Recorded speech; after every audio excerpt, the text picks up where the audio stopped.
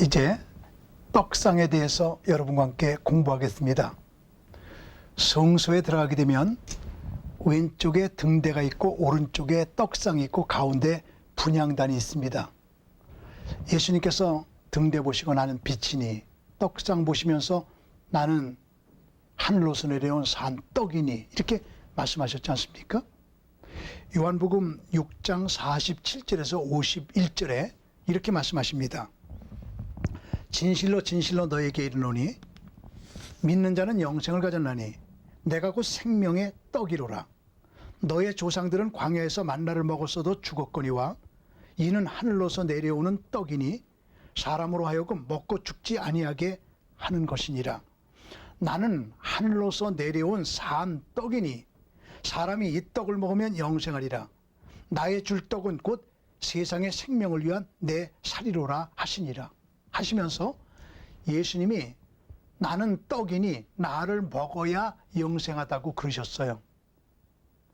그러면 여러분, 예수님을 먹어야 영생하다 그러면 우리가 식인종처럼 예수님을 용서하세요, 삶아서 예수님을 먹어야 그럼 우리가 영생하다는 말입니까?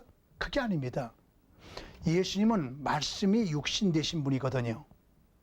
따라서 예수님이 나를 먹어야 영생하다는 말씀은 말씀이 육신 되신 분이기 때문에 말씀을 먹는 게 곧 예수님의 육신을 먹는 거예요. 조금 더 구체적으로 얘기를 해볼까요? 이 성경 말씀의 배경은 로마 시대입니다. 로마가 이스라엘을 지배하고 있을 때입니다. 로마 황제의 제일 큰 고민은 뭐냐면 여기저기 장군들을 내보내가지고 땅을 점령시키는데 메시지 전하는 게 제일 어려웠습니다. 요즘 같으면 핸드폰, 무선전화, 무슨 팩스, 편지, 여러 가지 교통수단과 통신수단이 있지만은 그 당시는 아무것도 없었거든요. 노예가 황제의 명령 메시지를 가지고 장군에게 갑니다. 가다가 적군한테 걸리게 되면 비밀도 탄로나고 노예를 죽여버리게 되면 명령이 갔는지 안 갔는지, 받았는지 못 받았는지 도저히 알 수가 없거든요. 그래서 그때 황제가 생각해낸 메시지 전달 방법이 독특한 게 있습니다. 노예를 잡아가지고 머리를 팍팍 깎아요. 바늘로다가 그다 콕콕 찔러가지고 피원지를 써요. 먹물을 뿌려요. 그럼 여기 피원지가 써졌죠. 한 달 정도 있어요. 그럼 머리가 자라죠. 그럼 그때 보내는 겁니다. 그러면 장군은 노예가 왔을 때 노예가 왔다 그러잖아요. 황제의 메시지가 왔다 그러죠. 그래가지고 머리를 깎고 나서 그 편지를 읽는 겁니다. 아이고, 황제님이 나보고 어디를 점령하려는구나, 몇 월 며칠 날 전쟁을 시작하려는구나, 이걸 다 알게 되는 거거든요. 그리고 그 노예를 죽였다 그럽니다. 바로 말씀이 육신됐다고 하는 의미가 바로 이걸 생각하고 쓴 겁니다. 육신 속에 말씀이 적혀 있어요.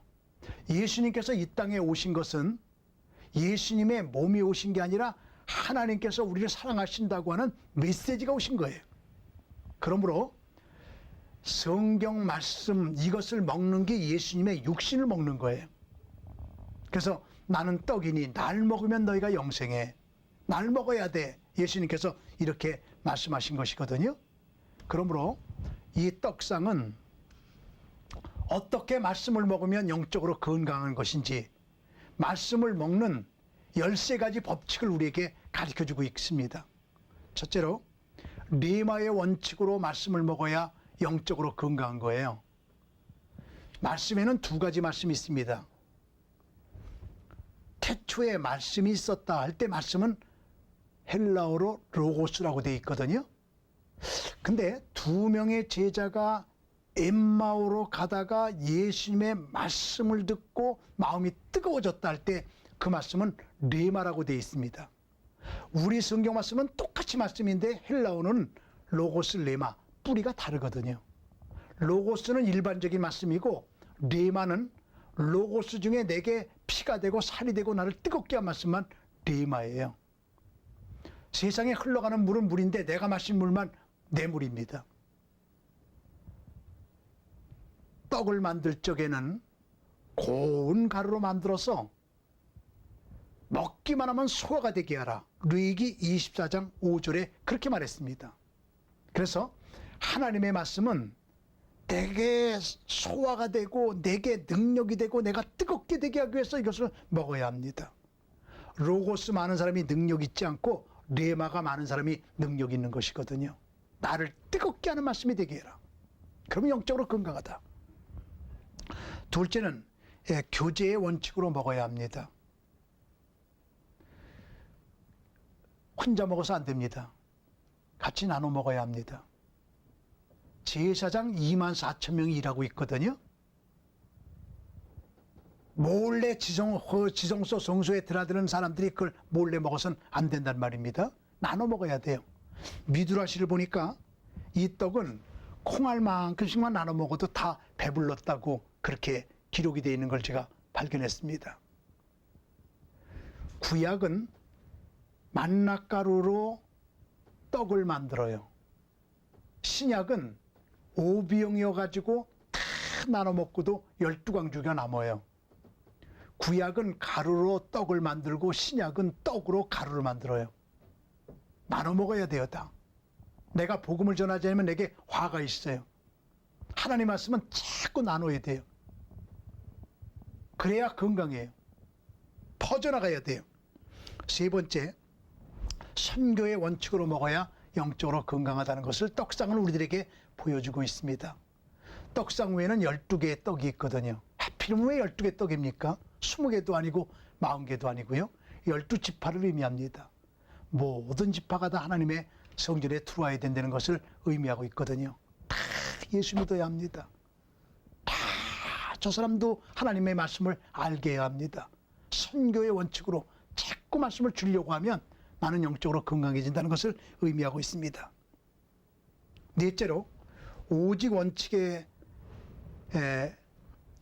준하여 떡을 먹어야 영적으로 건강합니다. 무슨 말이냐면 성소 안에서 먹을 수 있는 것은 오직 진설병밖에 없습니다. 떡상 위의 떡을 진설병이라고 그러거든요. 진설병은 하나님의 얼굴이라고 하는 뜻입니다. 거기에 고기 갖고 들어와서 먹어도 안 됩니다. 거기 맛있는 음식 갖고 들어와서 먹어도 안 됩니다. 하나님의 집 안에서는 오직 진설병만 먹어야 됩니다. 진설병이 말씀이라고 그랬죠. 교회 안에서는 오직 성경만 강해되어야 합니다. 철학이 들어가도 안 되고 도덕이 들어가도 안 되고 윤리가 들어가도 안 되고 다른 거 다 뒤로 미루고 교회에서는 오직 성경입니다. 오직 말씀입니다. 그래서 마틴 루터가 제일 좋은 설교는 성경을 그대로 읽는 것이라고 말을 했습니다. 순수한 복음주의, 순수한 성경주의. 요즘에 교회 설교가 그리스도의 피가, 그리스도의 십자가가 사라지고 있다는 말을 들을 때 슬픔감을 느끼게 되거든요. 교회는 오직 성경, 오직 말씀, 순수한 신본주의, 이것만이 지배되도록 그렇게 되어야 합니다. 이스라엘 백성들이 애굽에서 나오자마자 만나만 먹었습니다. 그들이 조금 있다가 만나만 먹기 지루하다. 부추, 마늘, 파, 왜, 수박, 참외 이런 거 먹고 싶다고 그랬잖아요. 그래서 자기들이 경작해서 그걸 섞어 먹습니다. 하늘에서 내려온 순수한 만나만 먹어야 되는데 부추, 마늘, 파 이런 거 먹다가 문제가 생겨가지고 결국 많은 사람이 죽지 않습니까? 순수한 하나님의 말씀주의, 성경으로 돌아가기 운동, 솔라 피데, 솔라 스크립티오, 오직 성경, 오직 믿음. 성막 안에서는 다른 거 먹지 말아라. 오직 진설병만 먹어라. 이렇게 되어 있습니다.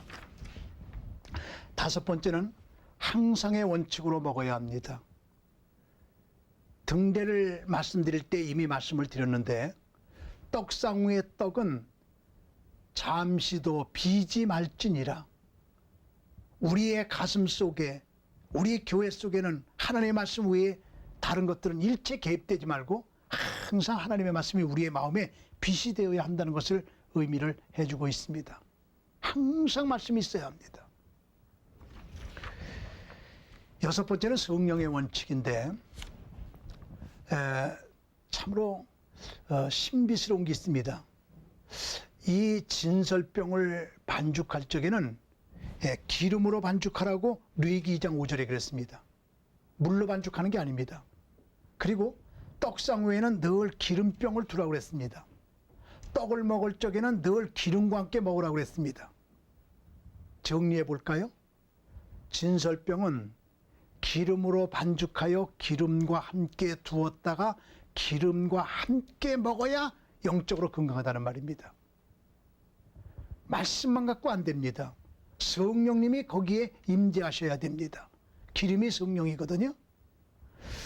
마리아에게 천사가 나타나서 은혜를 받은 자여 편안할지어다 아들을 낳으리니 이름을 예수라 하라라고 말씀을 주었어요.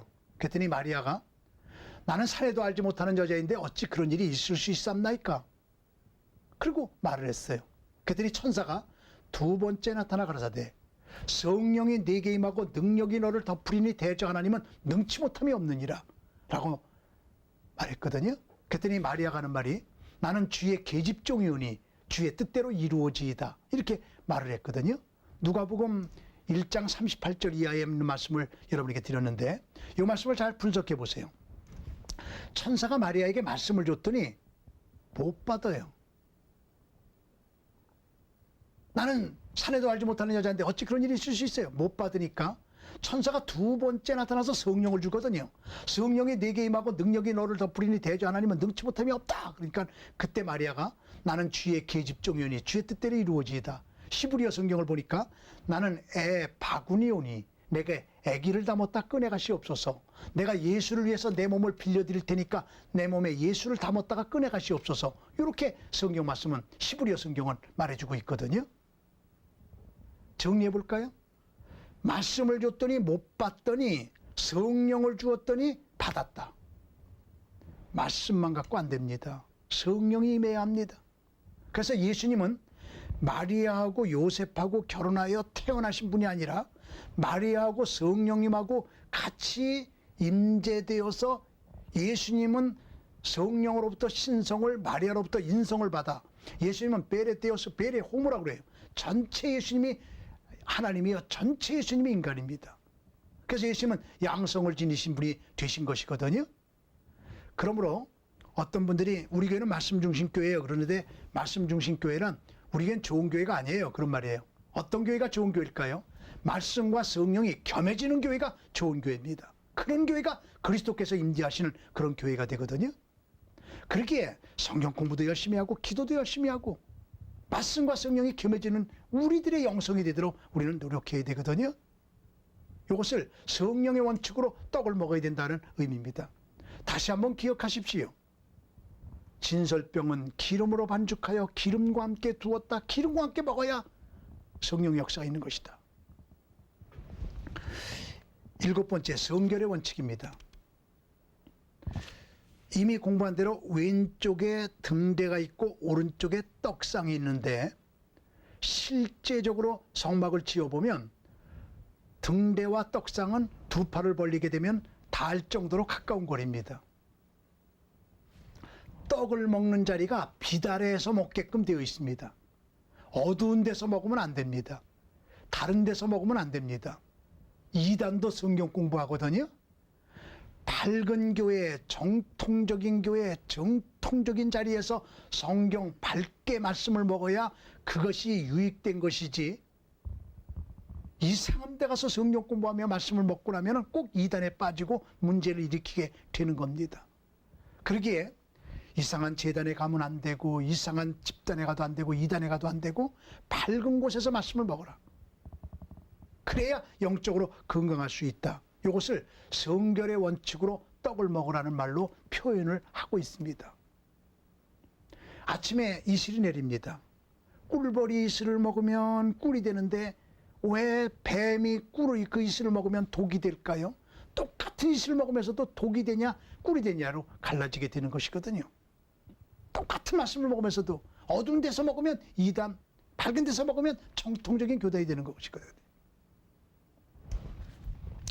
여덟 번째, 번철의 원칙으로 떡을 먹어야 영적으로 건강합니다. 떡상 위에 올려놓는 떡은 삶은 떡 안 됩니다. 찐 떡 안 됩니다. 번철에 구운 떡을 올려놔라. 레위기 2장 5절.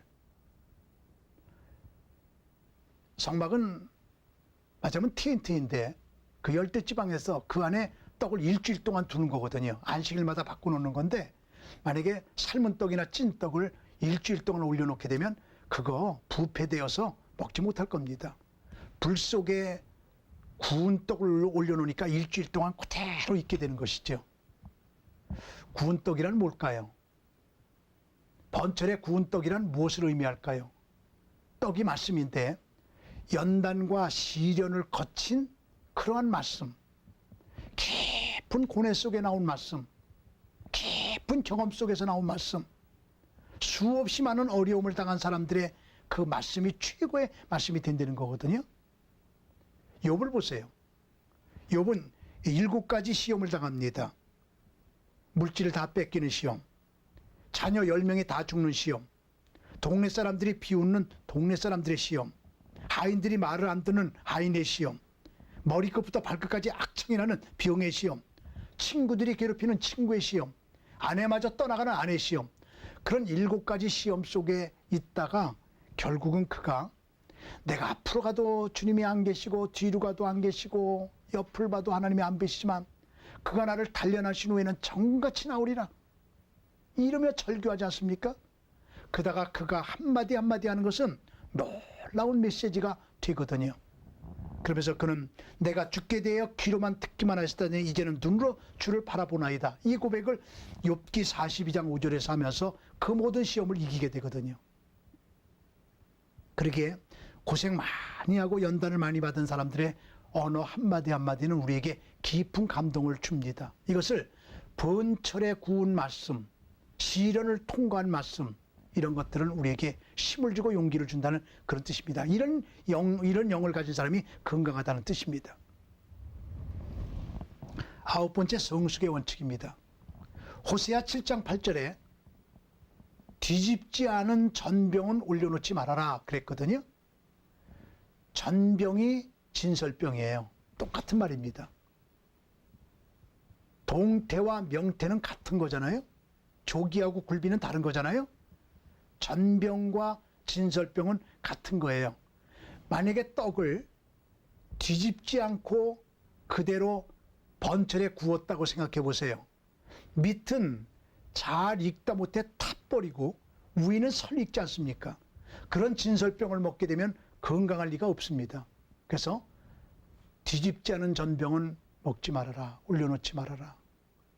골고루 자꾸 뒤집어 가지고 양쪽이 다 잘 익어야 됩니다. 이것은 우리 기독교인들은 조화를 이루어야 된다는 말이에요. 성숙해야 된다는 말이에요. 종말론도 잘 알아야 되고 성막론도 잘 알아야 되고 기도도 많이 해야 되지만 행동도 정확하게 할 줄 알아야 되고 예배도 결석하지 말아야 되지만은 헌금 생활도 정확하게 할 줄 알고 모든 면에 조화를 이룬 신앙생활을 해라. 뒤집지 않은 전병은 올려놓지 말아라. 잘 뒤집어서 양쪽 다 잘 익어라. 균형이 잡혀라. 그러한 의미를 가지고 있거든요. 그래야 건강한 떡이 되는 것이거든요. 10번째, 무교병의 원칙으로 먹어야 됩니다. 무교병의 원칙은 뭐냐면 고운 가루에는 누룩을 넣지 말아라. 레위기 2장 5절. 누룩을 넣지 않으면 맛이 없습니다. 누룩을 넣게 되면 맛있습니다. 근데 말씀에는 누룩을 넣지 말아라. 설교를 재미있게 하려고 거짓말하는 예화 넣지 말아라.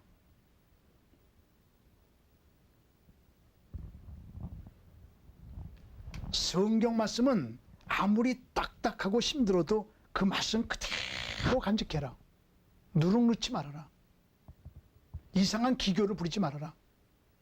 강대상의 언어가 혼탁해서는 안 된다. 순수한 성경적인 언어여야 된다. 그런 뜻을 가지고 있습니다.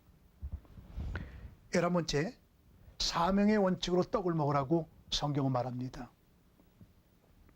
성막은 2가지가 없는 건물이에요. 창문이 없고 의자가 없습니다. 그러기에 떡을 먹을 적에는 서서 먹으라고 되어 있고 제사장들이 일할 적에는 늘 앉아서 일하지 말고 서서 일해라. 히브리서 10장 11절에 그렇게 말하고 있습니다. 음식을 먹을 때 앉아서 먹는 건 먹기 위해서 먹는 거고요. 서서 먹는 거는 사명을 위해서 먹는 걸 의미합니다. 이 떡을 먹을 적에 사명감을 갖고 먹어라. 그런 의미를 가지고 있습니다. 12번째, 안식일의 원칙으로 먹으라고 되어 있습니다. 진설병은 떡상 위에 두었다가 안식일이 되면은 새 떡을 갖다 놓고 놓았던 떡은 다 나눠 먹게 되어 있습니다. 다시 말해 볼까요? 안식일마다 떡을 먹는 겁니다. 다른 날 먹지 않습니다. 안식일은 다 하나님의 말씀을 먹기 위해서 집중해야 되는 날입니다. 스폴전 목사님네 교회 교인들은 스폴전 목사님에게 늘 말하기를, 목사님, 주일마다 목사님이 주시는 말씀으로 내가 일주일 동안 능력 있게 살아가지요. 내가 시계라면 목사님은 태엽을 감아 주시는 분이라오. 강대상에서 주일에 주시는 말씀이 내게 일주일 동안 능력이 되어 태엽으로 시계가 움직이는 것처럼 일주일 동안 내가 움직이곤 하지요. 이런 고백을 늘 했다는 겁니다. 그러므로 안식일에 결석하고 주일에 결석하는 것, 이것은 말씀을 먹는 기회를 상실하는 겁니다. 영적으로 건강하지 못한 겁니다. 안식일마다 떡을 놓고 안식일마다 놓았던 떡을 먹으라고 하는 하나님의 명령은 대단히 오늘날에도 의미심장한 말씀이 되고 있습니다. 마지막 13번째로 일치의 원칙으로 먹으라는 겁니다. 떡 12개를 떡상 위에 놓을 때 6개씩 2줄로 놔라. 3개씩 4줄로 놓는 게 아니에요. 4개씩 3줄로 놓는 것도 아니에요. 6개씩 2줄로 놓아라. 2줄로. 이게 말씀이거든요. 신약과 구약 둘을 의미합니다. 그래서 신약과 구약은 일치된다. 조화를 이룬다. 그런 의미라고 그럽니다. 그러므로 신약도 중요하고 구약도 중요합니다. 어떤 분은 구약 시대는 이미 지나갔으니까 신약만 가지고 설교하고 구약은 예화로만 써라. 그런 분들이 계신데 그렇지 않습니다. 신약도 성경이고 구약도 성경이고 신약도 중요하고 구약도 중요하고 다 중요한 것입니다. 6개씩 2줄로 놓으라고 하는 것은 성경 전체는 다 일치가 되어 있고 귀중하다는 것을 우리에게 가르쳐주고 있습니다.